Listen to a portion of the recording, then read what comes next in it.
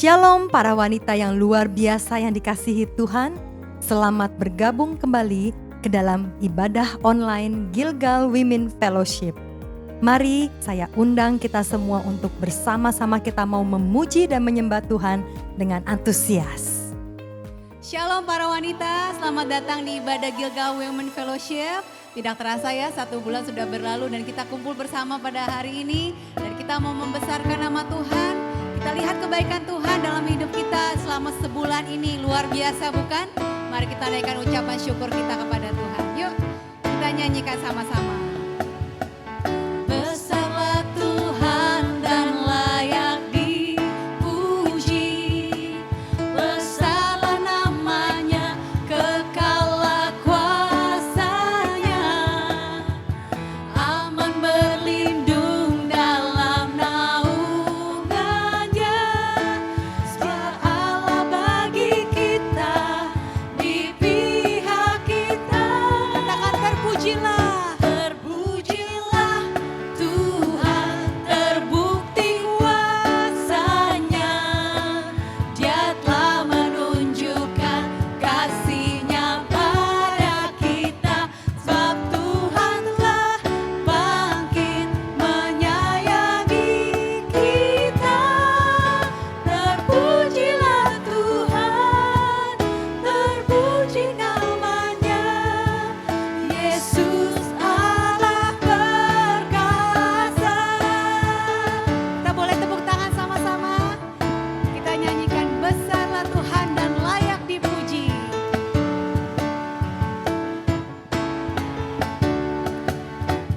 Besarlah Tuhan dan layak dipuji. Katakan kekal besarlah namanya, kekallah kuasanya, aman berlindung dalam naungannya. Dia Allah bagi kita, yes, di pihak kita. Terpujilah Tuhan, terbukti kuasanya, Dia telah menunjukkan kasih-Nya pada kita, sebab Tuhan telah bangkit menyayangi kita. Terpujilah Tuhan, terpuji namanya, Yesus Allah perkasa. Terpujilah, pujilah Tuhan, terbukti kuasanya. Katakan Dia telah menunjukkan kasih-Nya pada kita, sebab Tuhan telah bangkit. Dia menyayangi kita, yes. Terpujilah Tuhan, terpuji namanya, Yesus Allah perkasa. Terpujilah, terpujilah Tuhan, terpuji namanya, Yesus Allah perkasa. Amin. Terpujilah Engkau Tuhan. Kita percaya para wanita, walaupun kita adalah wanita, tapi Tuhan memberikan kuasa-Nya kepada kita. Amin. Ada kuasa di saat kita mengurus rumah tangga kita, ada kuasa saat kita bekerja, ada kuasa saat kita merawat anak-anak kita. Apa yang kita lakukan itu adalah perpanjangan tangan Tuhan. Amin. Ku diberi kuasa dari Raja mulia, menaklukkan musuh. Katakan di bawah kaki. Yes. Ku pakai kuasa dari Raja mulia. Bila Allah ada bersamaku, siapa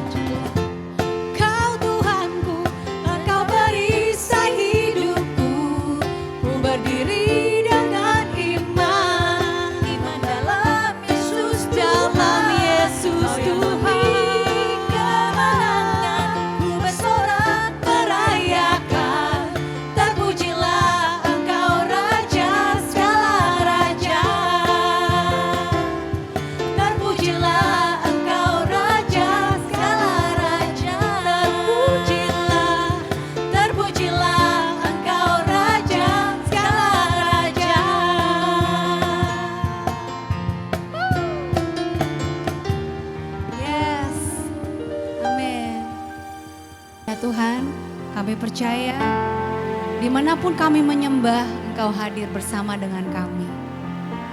Di rumah, di tempat kerja, dimanapun kami berada, kami percaya Tuhan, saat kami sungguh-sungguh menyembah Tuhan, Engkau Tuhan hadir bersama dengan kami.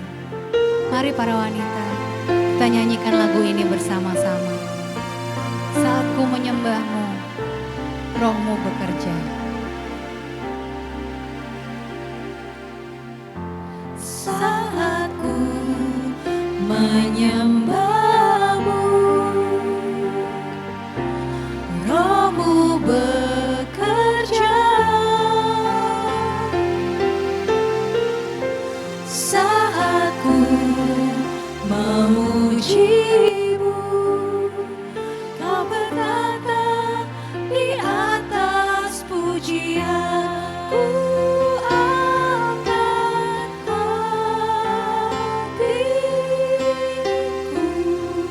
ku pandang kekudusan-Mu.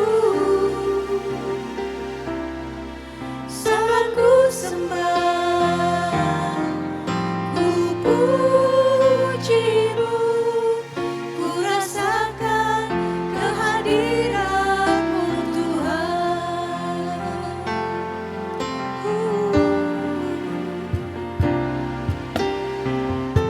Saat ku menyembah-Mu, Katakan Roh-Mu bekerja. Roh-Mu bekerja. Saat ku memuji-Mu, Kau Tuhan bertahta. Kau berkata di atas pujian. Ku angkat hatiku, ku pandang kekudusan-Mu. Saat ku sembah, Ku puji-Mu. puji-Mu, ku rasakan kehadiran-Mu Tuhan. Ku angkat hatiku,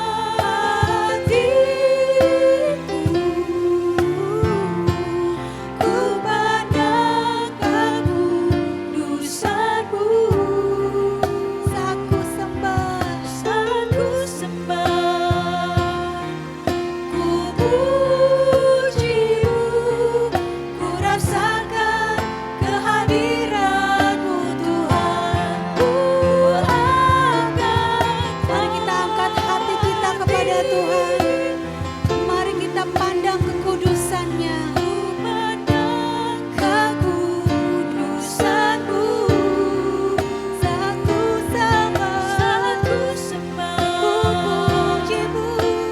puji-Mu, ku rasakan kehadiran-Mu Tuhan. Saat ku sembah,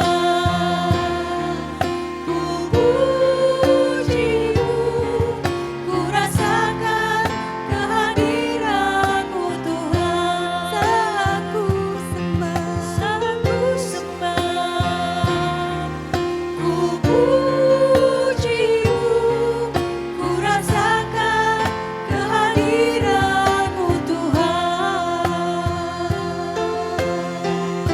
mari kita sembah Tuhan. Kita percaya Tuhan hadir di tempat ini. Mari kita sembah Tuhan. Kita angkat suara kepada-Nya,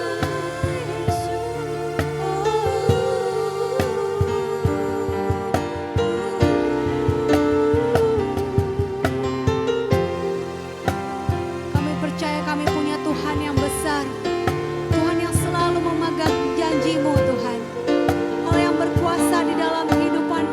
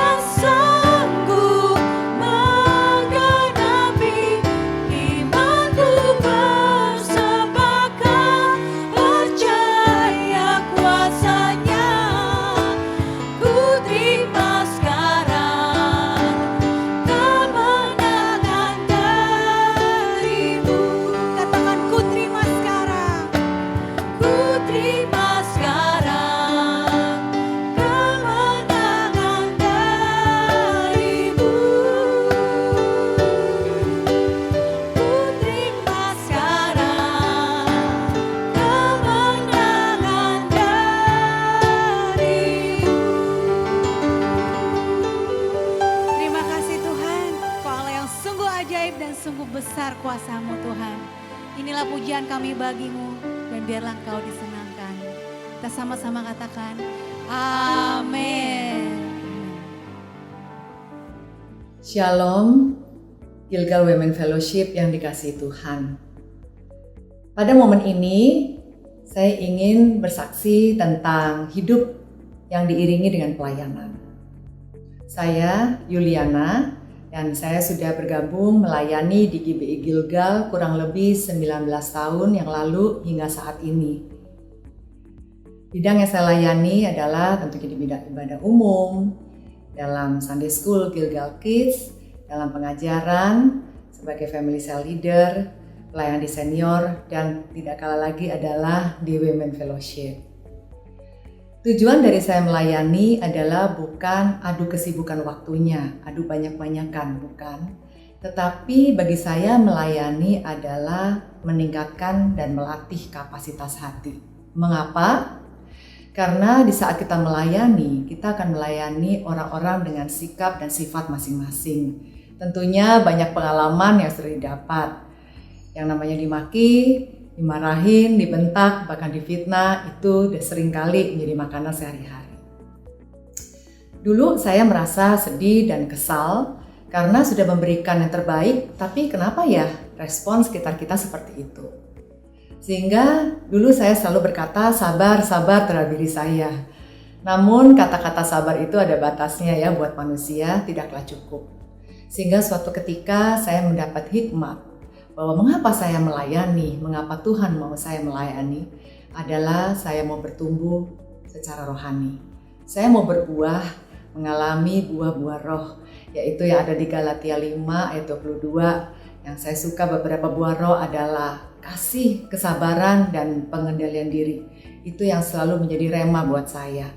Sehingga di saat saya emosi dalam keadaan yang misalnya protes, disitulah Roh Kudus mengingatkan bahwa kasih, kesabaran, dan pengendalian diri itu penting. Saya ingin menghimbau, jikalau kita up and down, itu dalam pelayanan pasti terjadi. Namun, teman-teman, lihatlah kepada salib Kristus. Dalam melayani, kita tahu bahwa Tuhan Yesus terlebih dahulu melayani kita dengan mati di kayu salib. Karena apa? Karena kita berharga. Demikian pula orang-orang di sekitar kita juga berharga.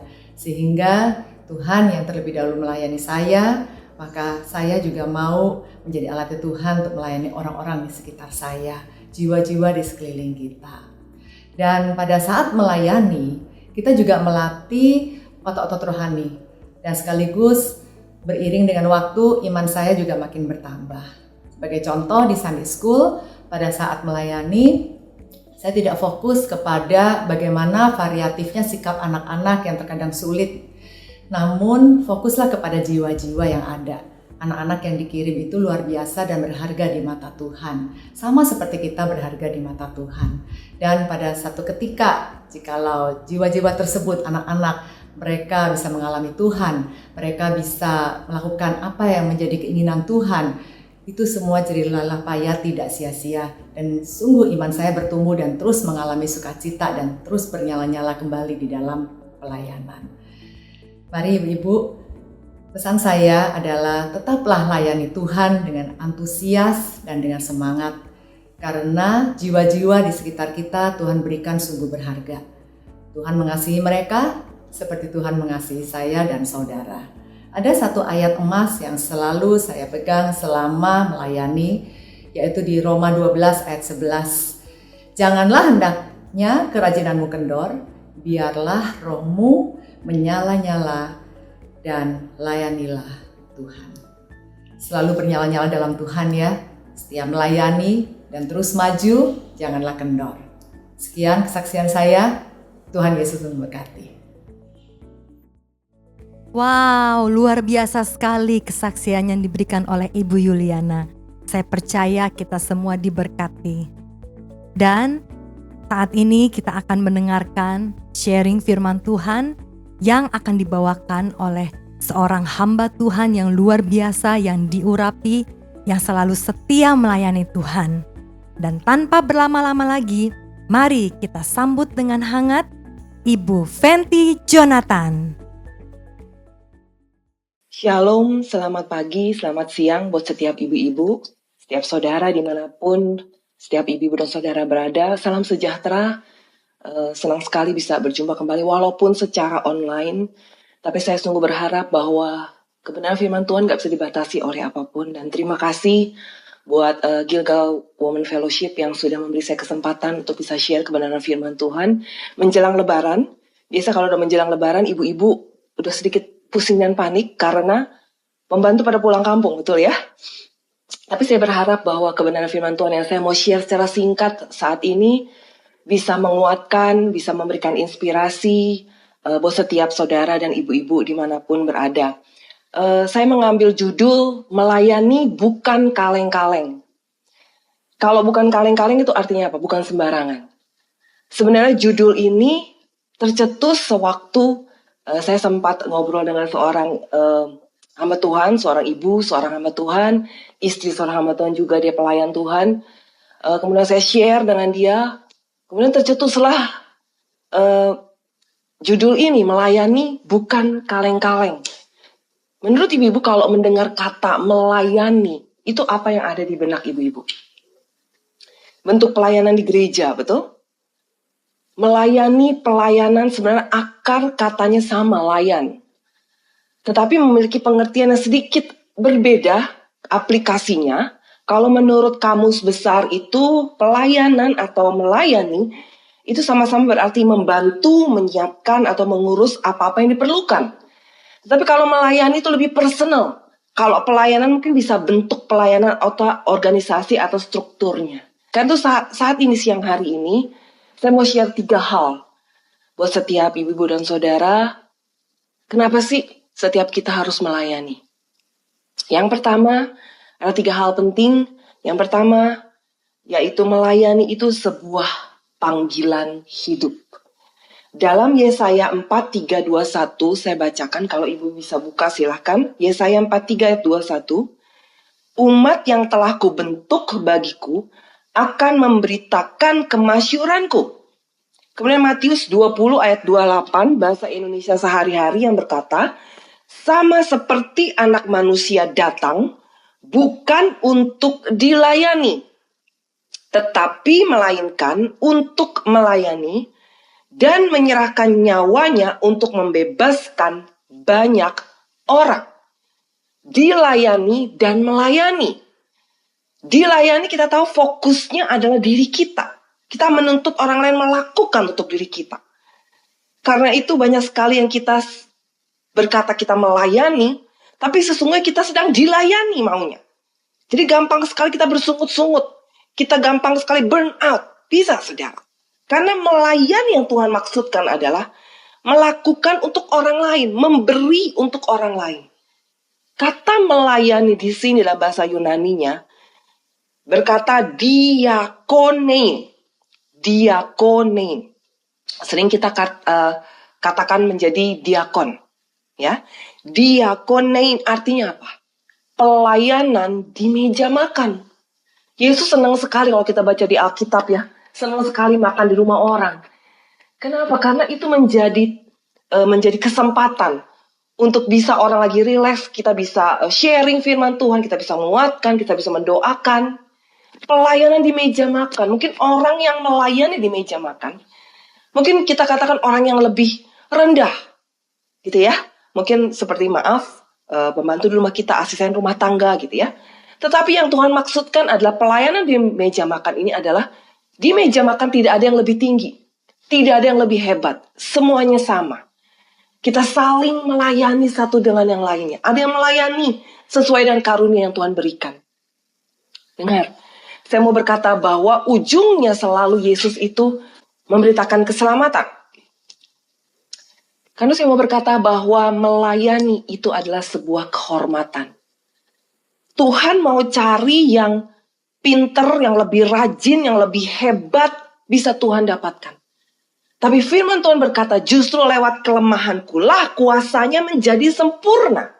Kuasanya akan dinyatakan. Karena Yesus memanggil kita bukan untuk mencari orang yang sempurna, tapi orang yang mau. Karena Yesus memanggil bukan karena kepintaran kita, bukan karena kehebatan kita, bukan karena kebaikan kita, bukan karena uang kita, bukan karena talenta kita. Tapi Tuhan memanggil kita untuk melayani Dia adalah sebuah anugerah di mana Dia memberi kita kesempatan untuk kita memberi yang terbaik dari apa yang bisa kita lakukan untuk Tuhan. Melayani sebuah panggilan. Yang kedua, secara cepat melayani, haruslah Yesus menjadi pusat. Kenapa? Karena tanpa disadari ada yang melayani pelayanan, bukan melayani Tuhan. Mungkin setiap ibu-ibu saudara pernah dengar cerita tentang Marta dan Maria. Ada di dalam kitab Lukas ayat 38 sampai 42. Lukas 38 Lukas 10, 38 sampai 42. Nanti bisa dibaca sendiri, tetapi saya percaya setiap ibu-ibu saudara pernah mendengar ceritanya. Kita sering mendengar bahwa, fokuslah kepada Maria, seperti Maria, yang duduk diam di kaki Yesus. Jangan seperti Marta. Marta sibuk sekali, ini itu gitu ya. Tapi sesungguhnya, waktu saya share lagi dengan seorang ibu ini ya, waktu saya dapat pencerahan yang baru bahwa sesungguh yang Yesus tegur itu bukan masalah Marta melayani, bukan. Yesus tidak keberatan Marta melayani, mempersiapkan rumahnya, mempersiapkan makanan, mempersiapkan minuman, mungkin mempersiapkan karpet untuk duduk, bangku untuk duduk. Yesus tidak mempermasalahkan itu. Tetapi kenapa Yesus menegur? Karena sampai satu titik, Marta tuh bilang gitu ya, Tuhan suruh dong, gitu ya, pakai bahasa saya sendiri gitu. Tuhan suruh dong. Si Maria tuh enak-enakan sekali, saya ini sibuk banget gitu loh. Saya ini capek banget. Sebenarnya Yesus mau bilang gini sama Marta. Waktu Yesus menegur Marta, Marta, Marta, engkau khawatir dan menyusahkan diri dengan banyak perkara. Sekali lagi Yesus tidak menegur Marta karena dia melayani. Tetapi Yesus menegur Marta karena kata sibuk di sini itu memiliki arti waktu terjemahan lainnya dikatakan itu menjadi sampai kesal, kewalahan, sibuk sekali, sampai burn out, sampai tawar hati, sampai bersungut-sungut. Berapa banyak di antara kita melayani keluarga, melayani pekerjaan Tuhan, melayani dimanapun Tuhan tempatkan kita. Kita sempat burn out, kita sempat bersungut-sungut, kita sempat membandingkan hidup kita dengan orang ini. Dia enak ya, saya ini udah berusaha setengah mati. Kok dia enak-enak dapat pujian? Gitu ya. Kayaknya saya ini udah memberi yang lebih. Kok kenapa sih orang lain tidak menghargai saya? Nah, Yesus menegur Marta. Yesus mau bilang gini kalau pakai bahasa saya. Yesus tidak minta disajikan capcay, puyung hai, barongsai gitu ya saudara ya, nggak bercanda saudara. Maksudnya Yesus tidak meminta Marta menyiapkan makanan, minuman yang luar biasa lah, yang banyak, yang perfect, no. Mungkin Yesus cuma bilang sama Marta, roti dan minum aja udah cukup. Kenapa? Karena Marta akhirnya tidak berfokus pada Yesus, tetapi dia berfokus kepada apa yang dia harus lakukan, yaitu pelayanan.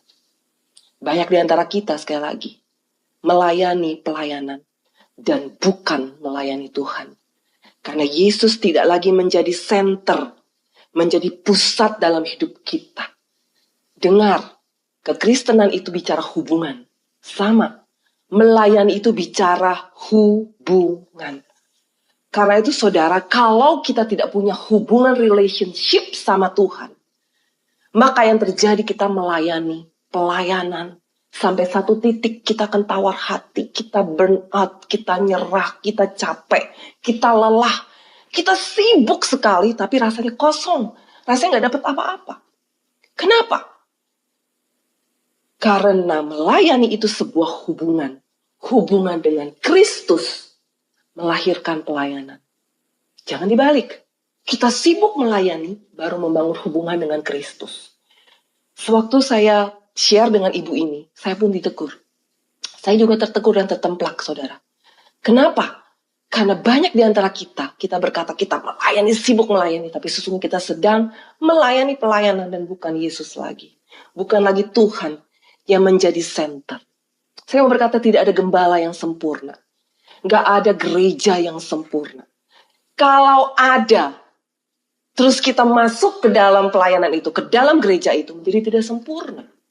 Artinya apa? Tidak ada yang sempurna.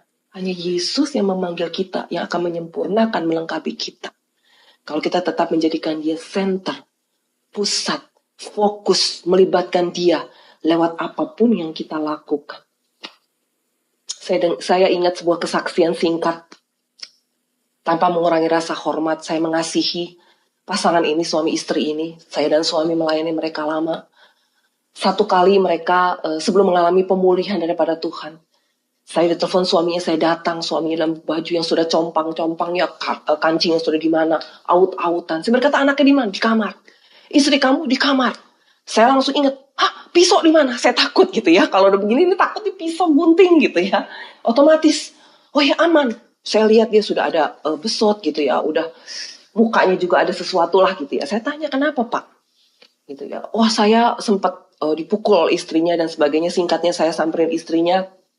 Awal istrinya menolak, akhirnya saya bicara baik-baik, boleh nggak saya bicara gitu ya, dari hati ke hati gitu. Istrinya sempat menolak dan akhirnya dia banting pintu. Saya duduk di ruang tamu bersama dengan suaminya ngobrol.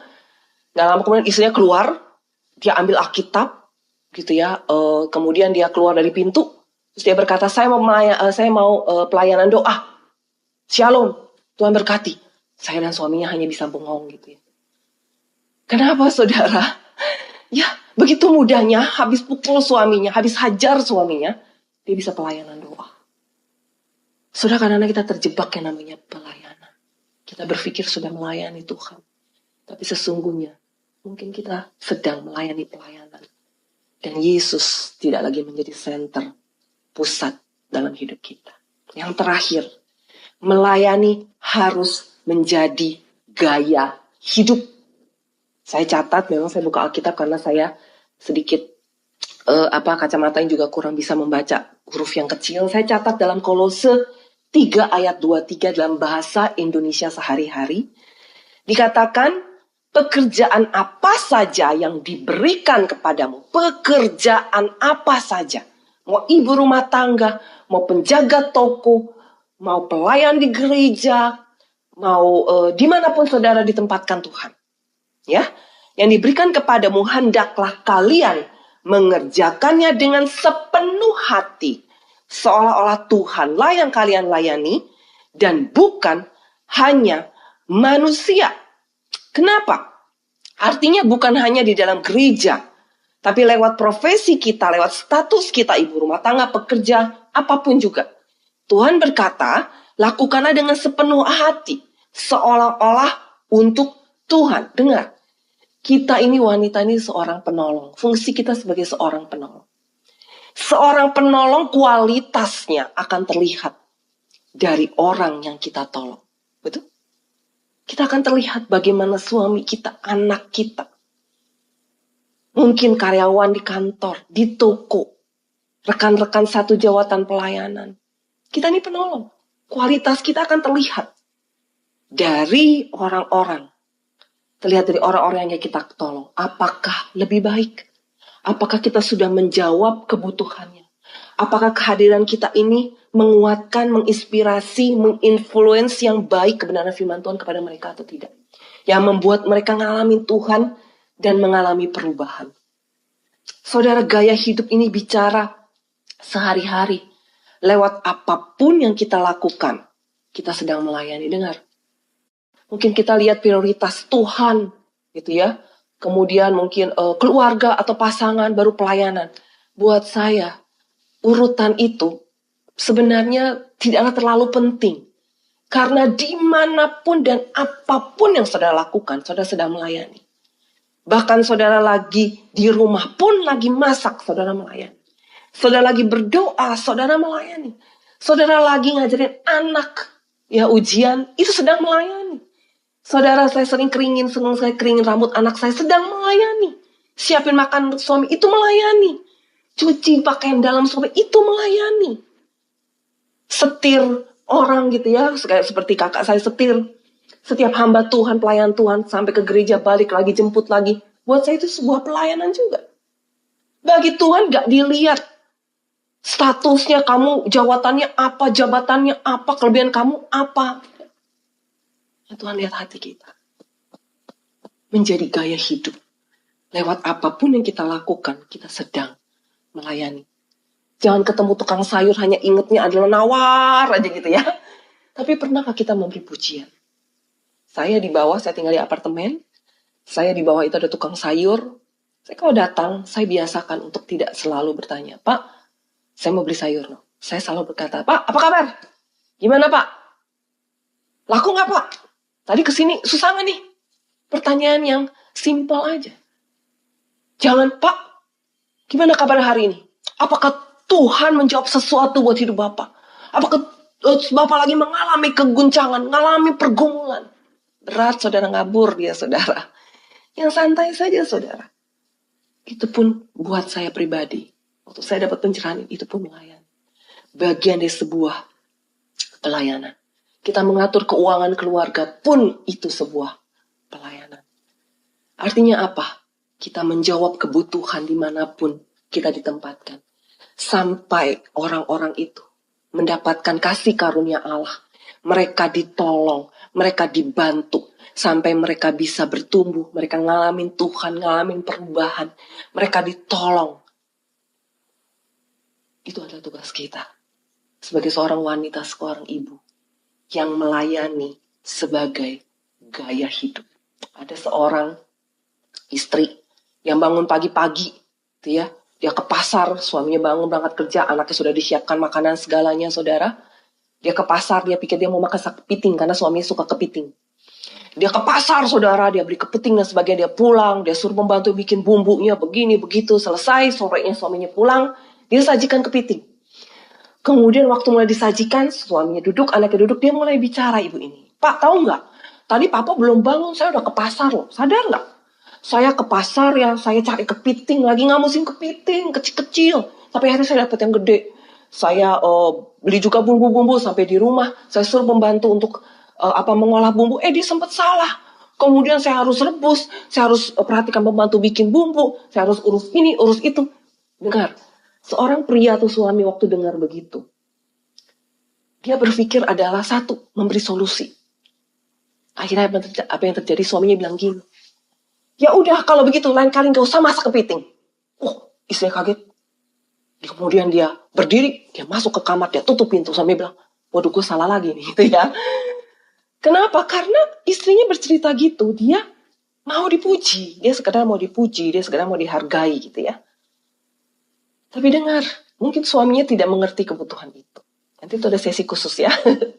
Tapi dengar bahwa kita melayani, janganlah mengejar benefit, mengejar keuntungan, mengejar pujian buat pribadi kita, aktualisasi diri. Nanti seperti Marta, satu titik kita akan lelah, satu titik kita akan burn out. Tapi kalau kita melayani sebagai gaya hidup, Kristus sebagai pusat, maka kita akan melakukannya dengan bersuka cita. Atau hari ini, kenapa melayani bukan kaleng-kaleng, bukan sembarangan. Karena sebenarnya judul itu, saya mau berikan judulnya sesuai dengan pembicaraan saya dengan ibu ini. Seorang wanita, seorang ibu yang bukan kaleng-kaleng. Kenapa ada seorang ibu? Saya akhiri dengan cerita ini. Ada seorang ibu yang dulu waktu dia sebelum menikah, dia tidak berpendidikan tinggi, dia hanya lulusan SMP. Dia tinggal di Medan, ketemu dengan calon suaminya saat itu. Masih kuliah. Dia jatuh cinta, kemudian mereka sepakat untuk menikah, tapi keluarganya tidak menyetujui. Karena perbedaan keyakinan, kemudian akhirnya pasangan ini kawin lari. Mereka pindah ke Bandung. Istrinya akhirnya menerima Tuhan sebagai juru selamat. Dan Tuhan dalam hidup dia secara pribadi. Dia akhirnya melahirkan 5 anak sampai akhir terakhir. Sebelum suaminya meninggal itu, saya dengar dia sudah punya 7 anak. Jadi pindah ke Bandung. Kemudian apa yang terjadi waktu dia pindah ke Bandung? Dia harus bekerja membiayai hidup dia, anak-anaknya dan suaminya juga, membantu kuliah sambil bekerja. Jadi dari pagi sampai sore, dia jaga rumah, jaga anak-anak. Dari sore sampai malam, ibu ini bekerja. Itu berlangsung terus-menerus. Ya, sampai anaknya punya pendidikan yang tinggi dan luar biasa. Dia melayani tetap anaknya. Dia juga tetap melayani gereja. Tetapi saudara, kenapa dia tidak bisa burn out? Dia tidak tawar hati dengan kondisi yang ada. Dia tetap bersuka cita di tengah keterbatasan, di tengah struggle yang ada. Sampai hari ini dia usianya 80 tahun lebih. Suaminya sudah meninggal, tapi dia masih tetap berkata, saya tetap mau melayani Tuhan. Lewat doa saya. Lewat apapun yang saya bisa lakukan kepada anak cucu saya. Kepada rekan-rekan di gereja. Luar biasa. Karena itu anak-anaknya berkata gini. Kalau saya boleh bersaksi tentang mama saya. Dia waktu keluar rumah sama papa saya. Dia hanya berbekal koper kaleng. Ibu-ibu saudara tahu? Dulu mungkin masih ada koper kaleng. Suami saya baru beli koper gitu kayak kaleng juga. Nah dulu mungkin ibu-ibu saudara pernah tahu jenis kopernya bukan koper kain, yang lebih banyak adalah koper seperti koper kaleng. Mama saya, kata anaknya, keluar dari rumah hanya dengan sekoper kaleng. Dengan koper kaleng. Tetapi mama saya, ibu saya, bukanlah seorang wanita atau ibu yang kaleng-kaleng. Artinya bukan sembarangan. Rindukah setiap kita juga? Nanti waktu kita bertemu muka dengan Bapa di surga, dia berkata, kamu ini bukan kaleng-kaleng, gitu ya. Atau anak-anak kita suami berkata, kamu ini bukan kaleng-kaleng, bukan sembarangan. Karena kita menyadari melayani panggilan hidup. Yesus selalu menjadi pusat dalam hidup kita. Dan yang ketiga, itu menjadi gaya hidup lifestyle. Dimanapun kita ada, itulah pelayanan kita. Dimanapun Tuhan tempatkan, itulah pelayanan kita. Rindukan itu terjadi buat setiap ibu-ibu dan saudara. Mari kita tundukkan kepala. Saya mau berdoa buat setiap ibu dan saudara sebentar saja.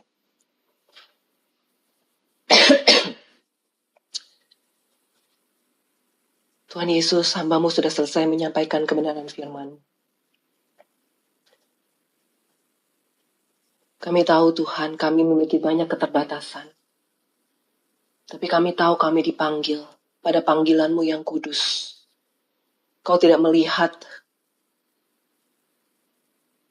kekurangan kami. Tetapi Engkau melihat hati kami. Karena itu Tuhan, kalau selama ini kami melayani Engkau, tidak menyadari sebagai panggilan hidup.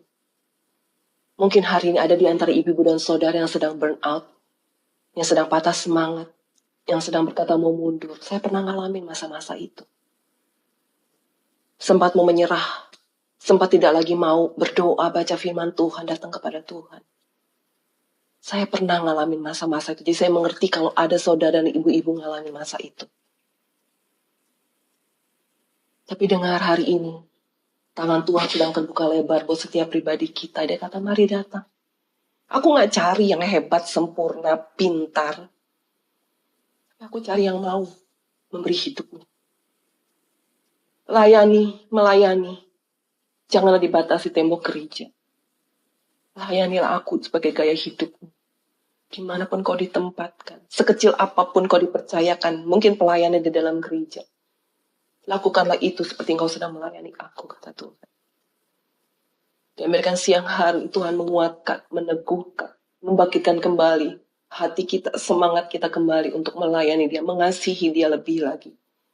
Di dalam nama Yesus Tuhan. Supaya sungguh kita menjadi seorang ibu, seorang wanita yang bukan kaleng-kaleng. Yang gak sembarangan di hadapan Tuhan. Kami menyerahkan hidup kami ke dalam tangan-Mu Tuhan. Biar pengurapan-Mu saat ini penuh buat setiap hidup kami. Kau yang memperlengkapi kami. Kau yang memangkai talenta apapun yang dalam hidup kami untuk memuliakan Engkau dan untuk kemuliaan. Terima kasih Bapa. Hanya di dalam nama Yesus Tuhan. Kami sudah berdoa dan mengucap syukur. Haleluya. Amin. Ibadah GWF kita sudah selesai dan saya akan berdoa berkat untuk kita semua. Roh Tuhan ada padamu, yaitu roh hikmat, pengertian, kebijaksanaan, dan roh takut akan Tuhan. Kasih karunia dan damai sejahtera dari Allah Bapa dan Tuhan kita Yesus Kristus akan terus menyertai kita semua kaum wanita, mulai saat ini sampai Tuhan Yesus datang dan menjemput kita semua. Yang percaya dan yang mengasihi Tuhan, mari sama-sama katakan amin. Tuhan Yesus memberkati kita semua. Sampai ketemu.